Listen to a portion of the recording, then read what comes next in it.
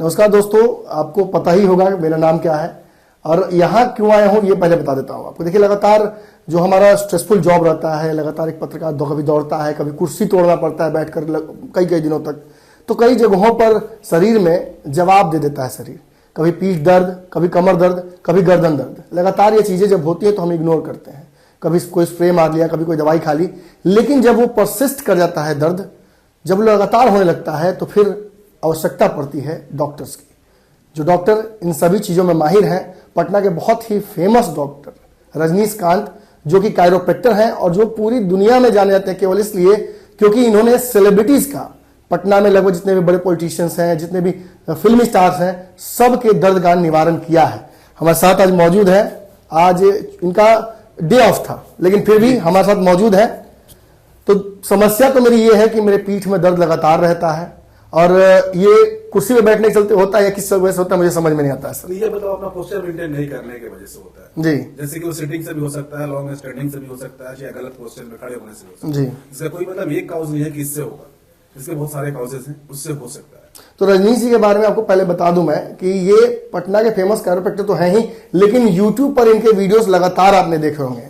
लालू प्रसाद यादव से लेकर काजल राघवानी, सभी का इन्होंने इलाज किया है। क्या समस्याएं थी सर इन लोगों को? समस्या है जैसे मतलब होता क्या है कि हमारे जो ट्रीटमेंट का जो है उसमें होता क्या है कि जनरली जो हम लोग सोना उठना बैठना मतलब गलत तरीके से करते हैं जी। मतलब ध्यान नहीं दे पाते, बैठते हैं सही से लेकिन ध्यान नहीं दे पाते हैं कि कैसे क्या करना। उसमें क्या होता है कि बैड पोस्चर में बैठने से कंटिन्यूअस 1 साल 2 साल 3 साल 6 महीना जो भी हो, लॉन्ग सिटिंग जब हो जाता है तो कहीं ना कहीं वो प्रॉब्लम करने लगता है, कहीं ना कहीं नर्व को कंप्रेस करने लगता है। तो इससे रिलेटेड चाहे मान लिया फिल्म एक्ट्रेस को, ये एक्टर या एक्ट्रेस को ले लीजिए, भाग दौड़ करना है, कब कैसे मूवमेंट करना है, कब बॉडी का कौन सा पार्ट मूव कर रहा है पता नहीं चलता। उससे क्या होगा, कहीं ना कहीं क्रैम्प, कहीं कैविलर कंप्रेशन, कहीं कुछ ये सब आता है।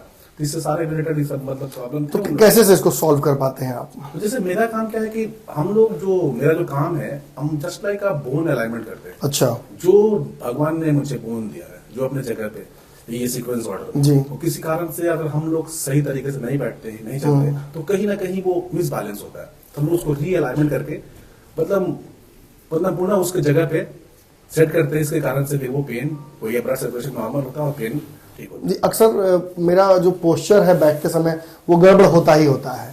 आपने खबरों में कई बार मुझे देखा होगा कि उस कुर्सी पर, आराम कुर्सी पर मैं लगातार बैठा रहता हूं और घंटों तक लगातार शूट होता रहता है। इस वजह से लोअर बैक में कोई प्रेशर बनता है? लोअर बैक में प्रेशर बढ़ता है क्योंकि जो हमारा बेस जो है, लोअर बैक जो है हमारे बॉडी का बेस है। हम लोग खड़े होते हैं, बैठते हैं, मूव करते हैं तो वो सबसे फुल सपोर्ट होता है। तो उसमें क्या होता है कि बैक पोस्चर पे इन दिनों देखेंगे कि बहुत सारे लोग वन लेग स्टैंडिंग करते हैं। जी जी। जैसे अपना पूरा बॉडी का वेट एक तरफ सेट कर दिया। हाँ। तो उसमें कहीं ना कहीं पैल्विस जो होता है, अगर ये भगवान मुझे 2 पैर दिए हैं जी अगर जी, ये एक पैर को ज्यादा यूज करेंगे, इसे रेस्ट देंगे तो कहीं ना कहीं ये पैल्विस टिल्ट होता है। ओके। अगर ये पैल्विस टिल्ट होगा, अप एंड डाउन होगा, तो जितने भी सारे पीछे का ब्लड वेसल्स जो पास होते हैं हमारे जो पैरों तक आते हैं, सिंपल सी बात है, अभी सुने होंगे सियाटिक पेन, जी जी, गाँव में बोलते हैं साइटिका हो गया। जी जी। तो सियाटिक नर्व ही होता है जो कंप्रेस्ड होता है और वो ज्यादा कंप्रेस होने के कारण पैरों तक दर्द जाता है जी। तो वो मतलब वो आपका वन लेग स्टैंडिंग के कारण होता है। तो मुझे जो दर्द है इसे कैसे ठीक किया जा सकता है? इसे मैं अभी पहले आपको चेक करूंगा कि क्या प्रॉब्लम है कहाँ, लंबर रीजन में है तो प्रॉब्लम है कहाँ जी। वो हम थोड़ा फिंगर से पालपेट करके पता कर लेते हैं कि कौन सा बोन का स्ट्रक्चर कैसे काट रहा है, उसके बाद इससे क्या प्रॉब्लम हो सकता है। तो सबसे पहले मैं आपको चेक करूंगा क्या है इसके बाद। चलिए भाई, दिखवा लेते हैं कि आखिर दर्द कहाँ है, किस वजह से ये जो दर्द मुझे बार बार हो रहा है, जो बार बार परेशान कर रहा है कमर दर्द, ये आखिर हो क्यों रहा है।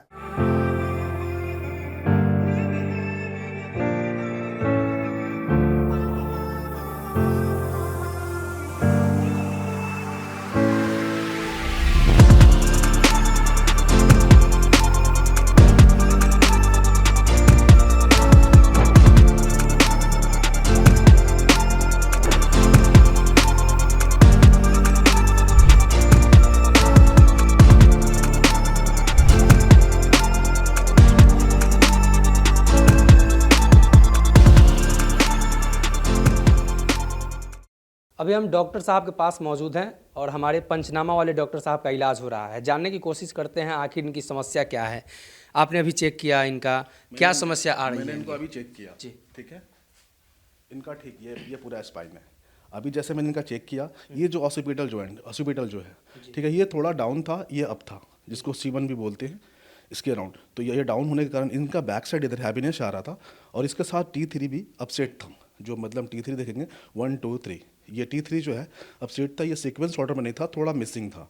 ये मिसिंग होने से कभी शोल्डर पेन आता है, कभी ये बैक स्टीफनेस भी आता है। तो मैंने इसको अभी रीसेट किया, ताकि मतलब ट्रीटमेंट से पहले काफ़ी पेन फील कर रहे थे, लेकिन आफ्टर जो ट्रीटमेंट अभी ये पेन फील नहीं कर रहे हैं।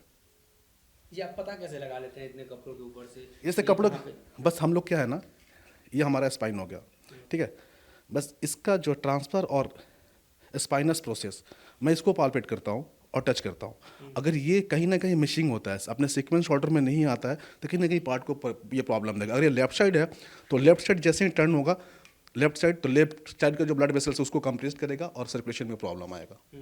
तो ये जितने सारे हैं, ये कहीं ना कहीं, अगर ये सर्वाइकल का होता है तो अपर पार्ट जो भी है, हमारे हाथ हो गए, फेस हो गए, आइज़ हो गया, ये सारे मतलब ब्लड सप्लाई करता है। थोरेसिक एरिया जो हो गया आपका, हार्ट, किडनी, लीवर, सबको यही करता है। पेनक्रियाज से लेकर के लोअर बैक पे आते हैं, तो जितने सारे आपका लोअर लिम्स है, लेग हैं, उसके बाद में आपका ये यूरिन से लेकर के जितने सारे प्रॉब्लम है, ये सब इससे होते हैं। तो हम लोग इससे मतलब देखते हैं कि कहाँ कंप्रेशन है और क्या प्रॉब्लम हो सकता है। तो जैसे कि मैंने अभी डायग्नोस किया इनका, पहला डायग्नोस में था कि इनको हेडेक होता है, इन्होंने बताया कि हाँ होता है। फिर जैसे T7 के पास मैंने किया, पेनक्रियाज को जो ब्लड सप्लाई करता है, मैंने इनसे पूछा कि एसिडिटी गैस पर, तो बोले कि हाँ कंटिन्यू होता है। फिर L5H1 का है इनको, जो कि खड़े रहेंगे लॉन्ग टाइम में तो स्टीफनेस ज़्यादा है। ओवरऑल 3 जगह पे दिक्कत है। 3 जगह प्रॉब्लम है। मेजर प्रॉब्लम इनका ये है, L5H1 का है और ये ऑसिपिटल का है। ये तो नॉर्मल है, ये तो हो जाएगा। कितनी देर में अब इसको ठीक करें? अभी मैं दे रहा हूँ ट्रीटमेंट इनको, अभी ये खुद फील करके बताएंगे कैसा है।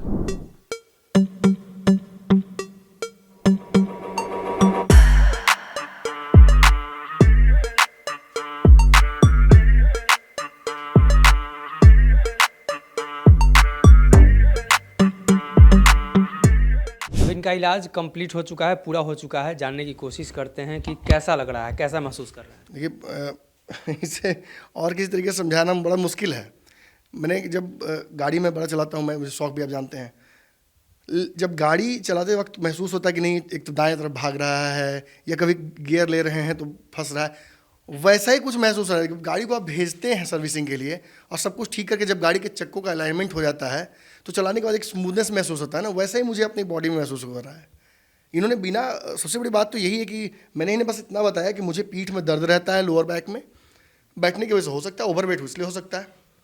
इन्होंने T5 टच करके, T7 T5 के आसपास टच करके मेरे पीठ पर इन्होंने ये पता लगा लिया कि मुझे एसिडिटी रहती है।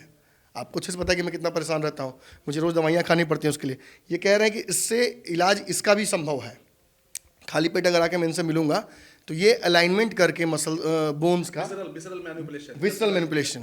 विसरल मैनिपुलेशन समझ सकते हैं, जो विसरिक फैक्ट होता है उसको मैनेज करना है। इंटरनल जो ऑर्गन जैसे लिवर हो गया, ये आपका ये मतलब पेनक्रियाज हो गया, आपका स्मॉल इंटेस्टाइन, लार्ज इंटेस्टाइन, वो सबको रीसेट करके अपने जगह पे रखना। क्योंकि बहुत काफ़ी टाइम से होता है क्या है कि उसका फंक्शन स्लो हो जाता है। जैसे रीअलाइनमेंट होता है, एक सिंपल सी बात सुने होंगे, धरन गिरना, नाभि चढ़ जाना, तो वो होता है। जब उस नाभि को अपने जगह से फिर से उसको सेट कर देते हैं तो बहुत सारी प्रॉब्लम को दूर कर सकते हैं पेट से रिलेटेड। तो वो करता हूँ मैं, उसके लिए एक एम्प्टी स्टमक आना होगा।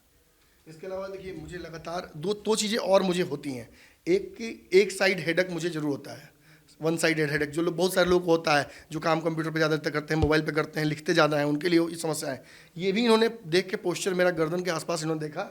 आपने क्या यहाँ चेक किया था? मैंने चेक किया, आपका जो टेम्पोरल बोन था ये ऑसिपिटल जी, जो C1 भी बोलते हैं हम लोग, राइट साइड में वो थोड़ा डाउन था जी। जैसे पोस्चर आपका था ये थोड़ा डाउन था। ये कंटिन्यूअस फोन यूज करने से, चाहे वन साइड मोबाइल बेड में बैठ के देखने से कंडीशन में हो जाता है। तो मैंने आपको डायग्नोस करके बताया था कि इधर हेडेक हैवीनेस आएगा, तो इन्होंने उसे भी रीसेट किया।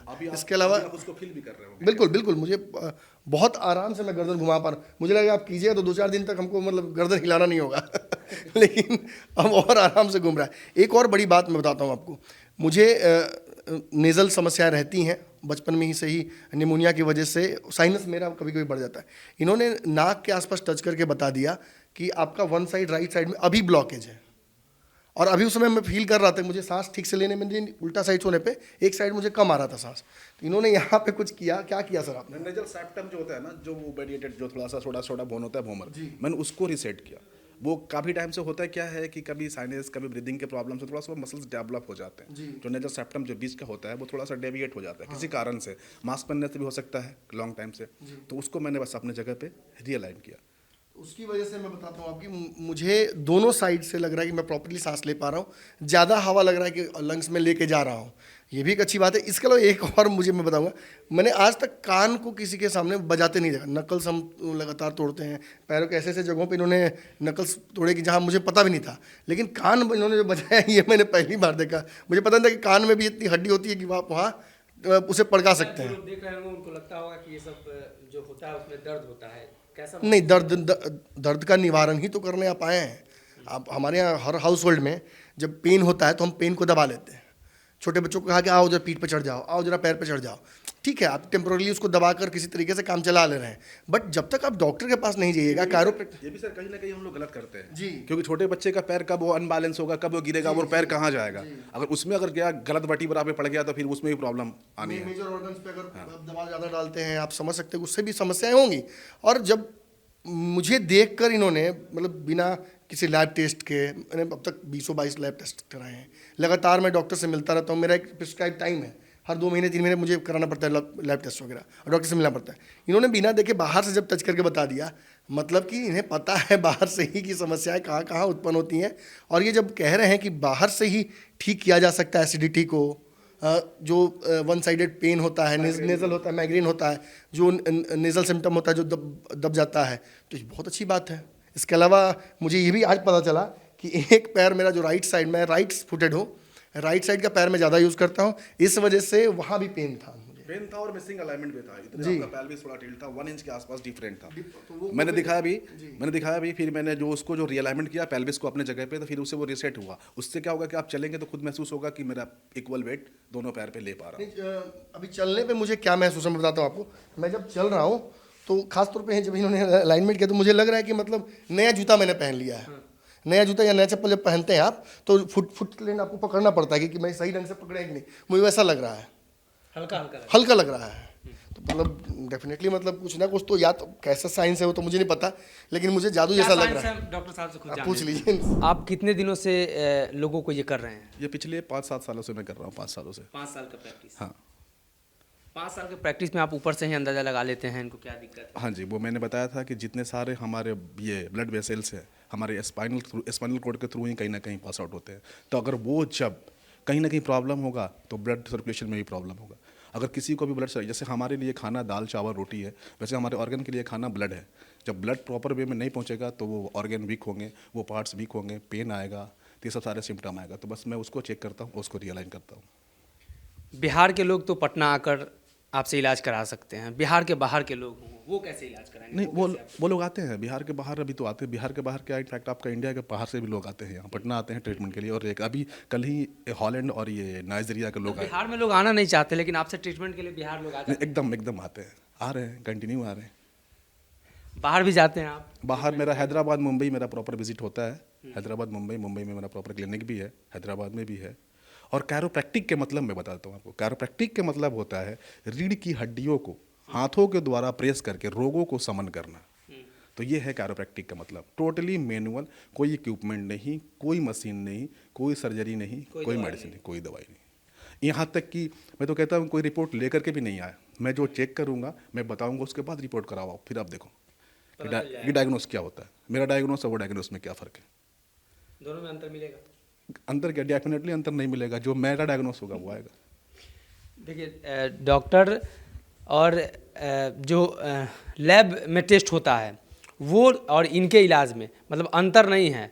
वो जो इलाज बताएगा, मतलब बहुत सारे लोग MRI करा कर आते हैं, एक्सरे करा के आते हैं, तो MRI के पीछे बहुत सारे खर्च होते हैं, बहुत सारे रेडिएशन भी होते हैं, तो वो उतना ज़्यादा नहीं है। बहुत ज़्यादा नीड हुआ तो एक्सरे की ज़रूरत है, बाकी MRI की कोई ज़रूरत ऐसा कुछ नहीं है। MRI ज़्यादा कॉस्टली भी है, हर लोगों के बस की बात नहीं है। तो अगर कोई नहीं भी लेके आता है तो मैं उसको ट्रीटमेंट करता हूँ और डायग्नोस प्रॉपर वे में मैं बताता हूँ प्रॉब्लम क्या है। आपने कई राजनेताओं का इलाज किया है, कई सेलिब्रिटीज़ का भी इलाज किया है। आपको लेकर ये परसेप्शन है कि आप सिर्फ बड़े लोगों से मिलते हैं, बड़े लोगों के यहाँ ही इलाज के लिए जाते हैं? नहीं, ये बिल्कुल गलत अफवाह है। ट्रीटमेंट तो मैं सबको करता हूँ, यहाँ तक कि महीने की हर वो 1 तारीख को 100 गरीबों को मैं फ्री में ट्रीटमेंट करता हूँ। और बाकी रहा प्रॉब्लम तो सबको हो सकती है, चाहे वो गरीब हो या अमीर हो। मेरे पास जो आएंगे मैं उनका ट्रीटमेंट करूँगा, चाहे वो सेलिब्रिटी हो, राजनेता हो या रोड पे चलने वाले गरीब हो। मैं सबके लिए बराबर और सबको बराबर ट्रीटमेंट देता हूँ। लालू जी का आपने इलाज किया था, उनको क्या क्या दिक्कतें थी? लालू जी को थोड़ी बहुत मतलब एज फैक्टर भी था, और थोड़ी बहुत होता क्या है कि मतलब जैसे कि थोड़ी बहुत सर्वाइकल में उनको प्रॉब्लम थी, सर्वाइकल की बोन में थोड़ी C4 C5 में, उससे होता क्या है कि थोड़ा हेडेक होता है, तो वो सब मैंने रिसेट किया, उसके बाद वो तो अच्छा फील कर रहे थे। डॉक्टर रजनीकांत पटना के मशहूर डॉक्टर हैं और ख़ास तौर पे लालू जी का जब इन्होंने इलाज किया, क्या क्या उनको समस्याएं आई थी, काजल राघवानी का एक वीडियो काफ़ी तेज़ी से इनका वायरल हुआ। हम भी जानने की कोशिश करते हैं कि वो लोग तो मुंबई में अपना सब कुछ जिम वगैरह करती हैं, फिटनेस ट्रेनर होते हैं उन लोगों को, फिर भी उनको कैसे प्रॉब्लम हो जाती है? नहीं, जैसे काजल राघवानी के अगर देखा जाए तो एक्चुअली मेजर प्रॉब्लम था हेडेक का। वो बता रहे थे कि शूट पे हम लोग का कोई टाइम नहीं होता है, ना सोने का ना जगने का, जब करना है शूट करना है तो कभी नींद पूरा नहीं होना, कभी ये होना, कभी नेक पे प्रेशर आना, जिसके कारण से वो काफ़ी टाइम से वो हेडेक से परेशान थी। लेकिन फिर उसके बाद जो ट्रीटमेंट के बाद तो काफ़ी मतलब अच्छा फील कर रही थी, ऐसा था। लालू जी लगातार डॉक्टरों के संपर्क में रहते हैं, विदेश भी जाते हैं, लेकिन फिर भी आपसे उन्होंने इलाज कराया? नहीं, जैसे कि मतलब मेरे ट्रीटमेंट उससे पहले तेजस्वी जी भी लिए थे उनके घर में। तेजस्वी जी भी लिए? हाँ, उनसे पहले। तो जैसा ऐसा एक्सपीरियंस था कि हाँ ऐसा कुछ ट्रीटमेंट होता है, तो फिर उन मतलब मुझे बुलाया गया, मैं गया, देखा उनको और ट्रीटमेंट भी दिया। अच्छा, लालू जी भोजपुरी में क्या बोले होंगे आपने ट्रीटमेंट जब कर दिया? मतलब भोजपुरी में बोले कि जोन जोन ट्रीटमेंट बा बहुत बढ़िया बा, बहुत बढ़िया। बहुत बढ़िया बा।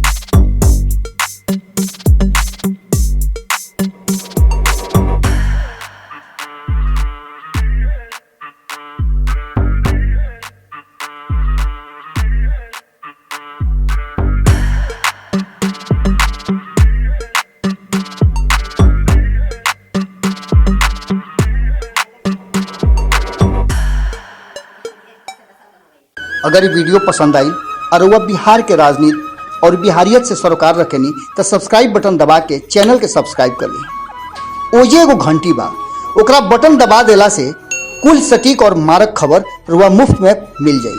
अगर रुआ पत्रकारिता के हमनी के नया प्रयोग में सहयोग कर चाहतानी तो ज्वाइन बटन दबा दी।